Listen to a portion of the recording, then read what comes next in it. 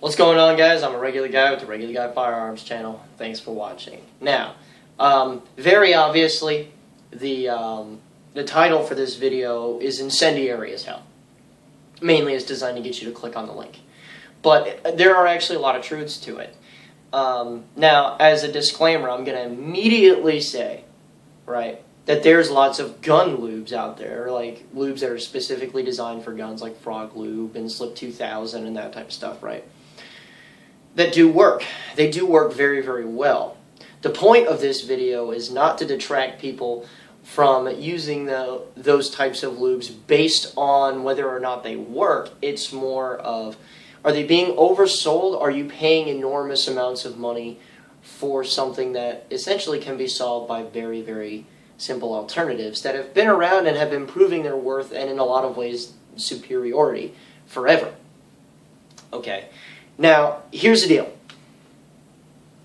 When I look at lubrication for machines and cleaning agents for machines, I always look at the automotive industry. Okay? And the proof for that is obvious. Okay? Lubricating agents like, obviously, motor oil and greases and stuff like that end up going on vehicles, end up going very, very long periods of time without being changed.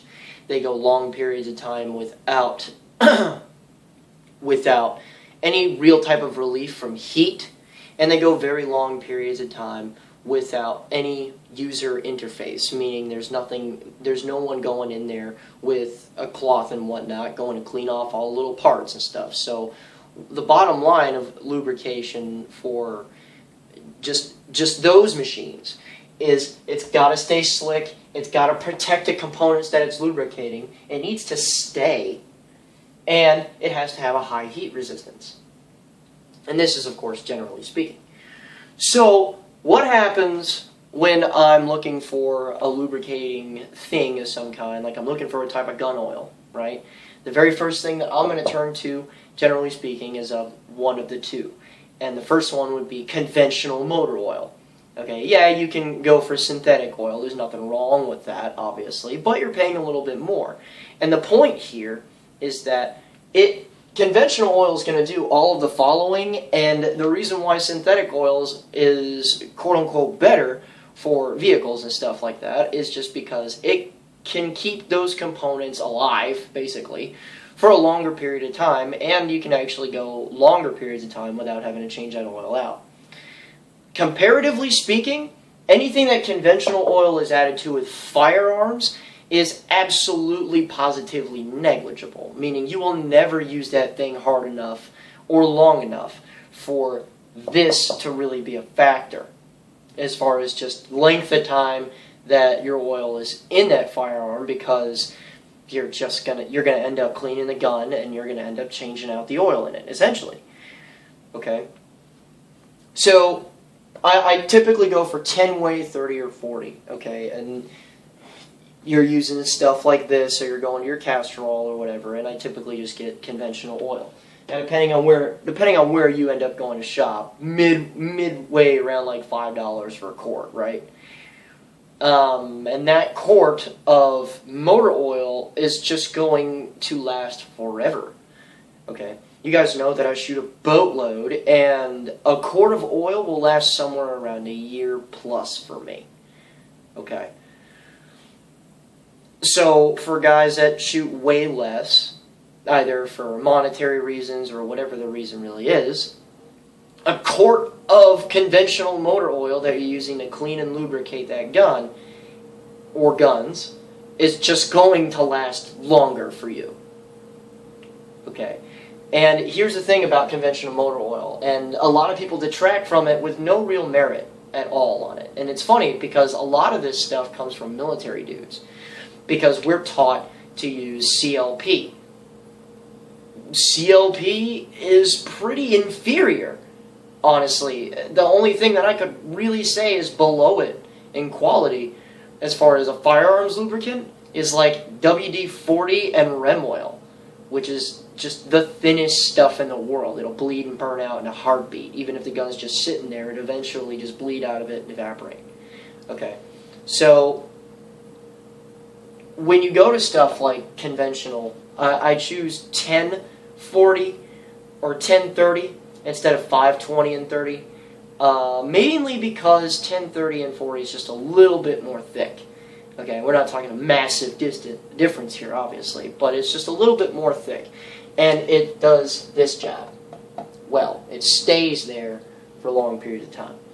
I used to use this exclusively for a little while, but here's the funny thing. I used to be a high-temperature lithium-based wheel bearing grease guy forever, right? That was it. That was the truth. That's all I used. I ended up switching to this, and now I kind of vary what it is I use between different guns. And here's why. What I've noticed on grease, or with grease, is that, yes, it has a very high lubricity. Yes, it stays exactly where you put it, and it stays there for a long time. What I noticed, though, is that with grease and tighter tolerance guns, principally the AR, what tends to happen with grease is that it tends to gum things up after a while. It starts to slow guns down. And this is usually because of one of two things. Either the dude that's applying it applied a little bit too much, or he's trying to reapply, just in a field sense, where he's cracking open the gun and he's just trying to apply a little more lube, and in fact that starts to work against him. To the point where with a lot of ARs, particularly DI ARs, you end up starting to apply a little bit less and less here and there. And when you start applying less and less, yes, the grease will do its job, but as the gun starts cycling and stuff like that, you start getting less coverage with the lube and all that other stuff. So with ARs specifically, I actually don't like using grease all that much, particularly once it starts getting really cold. Because once it starts getting rather cold outside, what happens to petroleum products is that it tends to just kind of like congeal together. And with grease, in order to actually get it running really well, it needs to be warmed up just a little bit in order to get it really slick. And this is just from what I've personally noticed. You know, like I'll start my day, I'll start running my AR, and pulling on a charging handle is just feeling a little bit more sluggish, just taking a little bit more effort. But then as the gun starts shooting more, okay, it's nice and slick now. Here's a problem with that. 95% of what we are doing, and for most of us, 99.99% of what we're doing, well, I can't even say for most of us, for dudes that actually wear green suits, meaning military types, 99.99% of what you're doing does not involve shooting at all. Typically speaking, a lot of civilians actually shoot more than a lot of military dudes do, mainly because it's a hobby, they have the money for it, and they go out and they shoot stuff. Military guys, yeah, we go out there, we get training, we do a bunch of shooting, but most of your life doesn't revolve around that. Actually, a lot of your life revolves around manual labor. But, sidetracking. So, when it's cold and stuff, and you're doing the 99.99% of that, whatever that is that you're doing, I would rather not have the gun start up when I need it a little sluggish. So what I ended up going to was the conventional motor oils. Now, you have to be cognizant about something. The motor oil and stuff works very, very well. It's nice and slick. It stays on the gun. It helps treat the metal a little bit, which is why I personally don't like degreasers. Because once you degrease all the oils and stuff out of the gun, you're essentially taking away a lot of the benefits of just having that light coat of oil that your rag or whatever didn't pick up. You're taking away all the little benefits of that. Okay? And one of the biggest benefits is that the oils themselves and the little chemical compounds in them will help treat the steel a little bit and the aluminum, and it makes things easier to clean later on.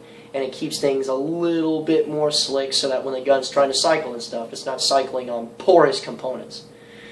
So, and this is just in a really huge general sense, where there are greater, more scientific specifics that I could get into, but I'm not, because that conversation takes a long time. So, with the conventional motor oils, it tends to stay and stuff like that. But something that you do have to keep up on is that it is a liquid substance. It will try to bleed out a little bit eventually, so that's why you don't try to use a boatload of it. And it will burn off faster than this stuff. So it's just something that you have to monitor a little bit and make sure that is still not dry and whatnot in the components that you're trying to keep lubricated.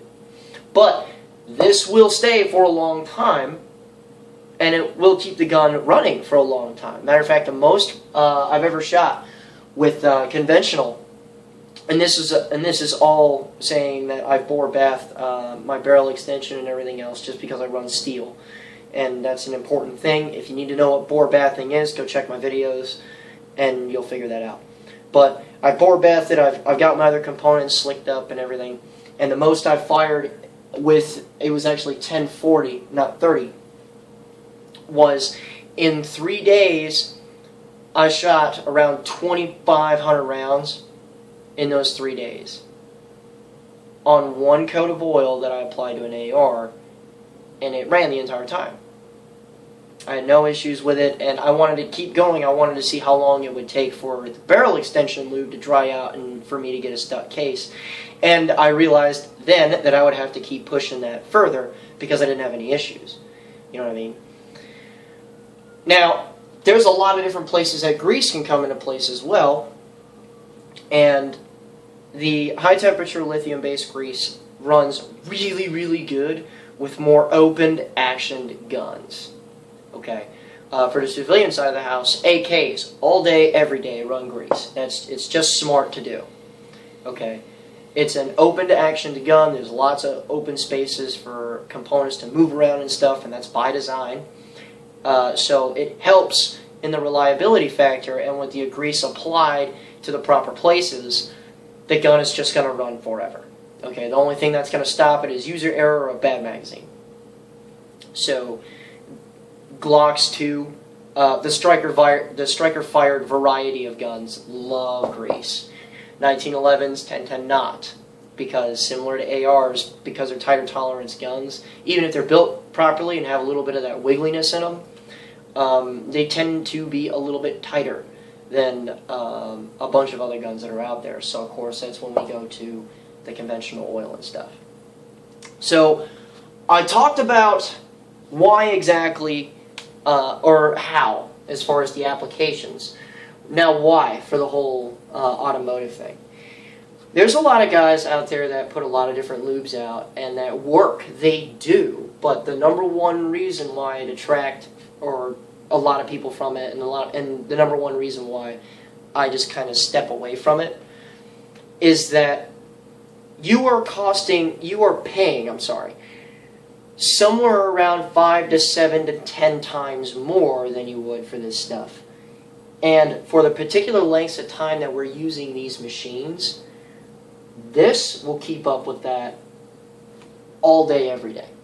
Because here's the thing, by the time you turned on your car and drove 10 minutes, you've already subjected that engine to more cycles than your rifle is ever going to do, as far as just number of revolutions per minute.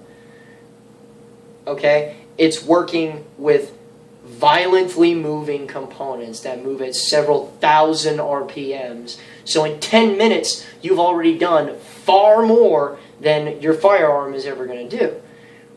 Unless you're a crew-served weapons guy and you just got into some really serious shit, or you're just on a range where dudes are fucking around a lot. But even still, the guns aren't going to last anywhere near as much as a vehicle is going to, as far as what the lube is used for.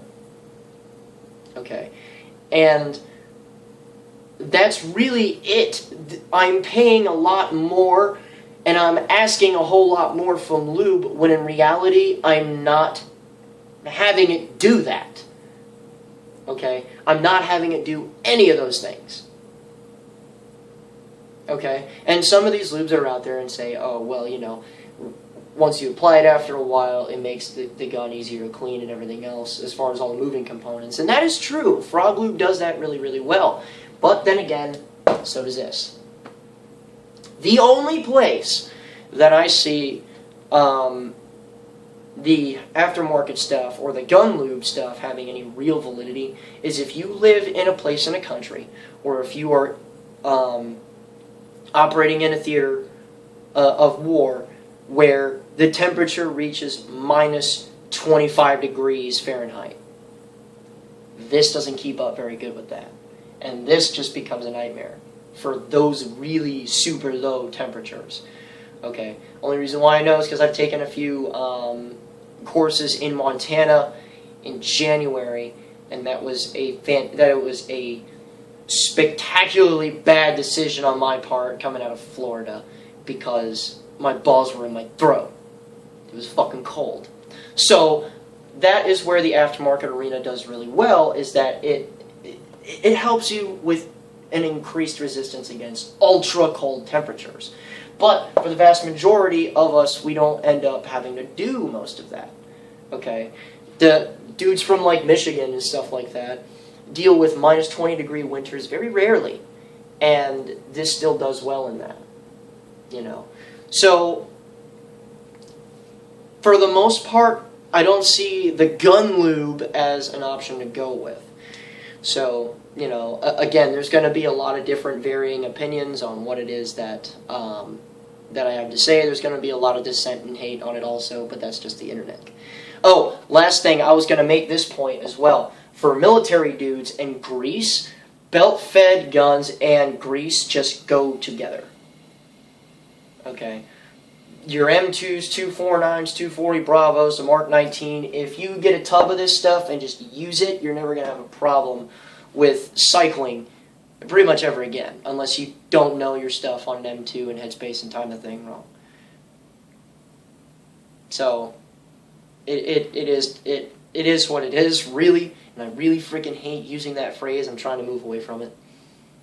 But that's it, guys. If you have any thoughts on any of this, or have different experiences or horror stories from using either gun lubes or the conventional stuff or whatever, just go ahead and throw them in the comments box below. Like I said, I love interaction from all of you dudes. I get a lot of ideas on what to do as far as videos from you guys too. If you want to take the discussion further than that, go ahead and jump on the Facebook page. I'm going to leave a link for that in the description below. Read our about before you come on. And remember, guys, a regular guy's firearm is the last defense against tyranny. Be easy.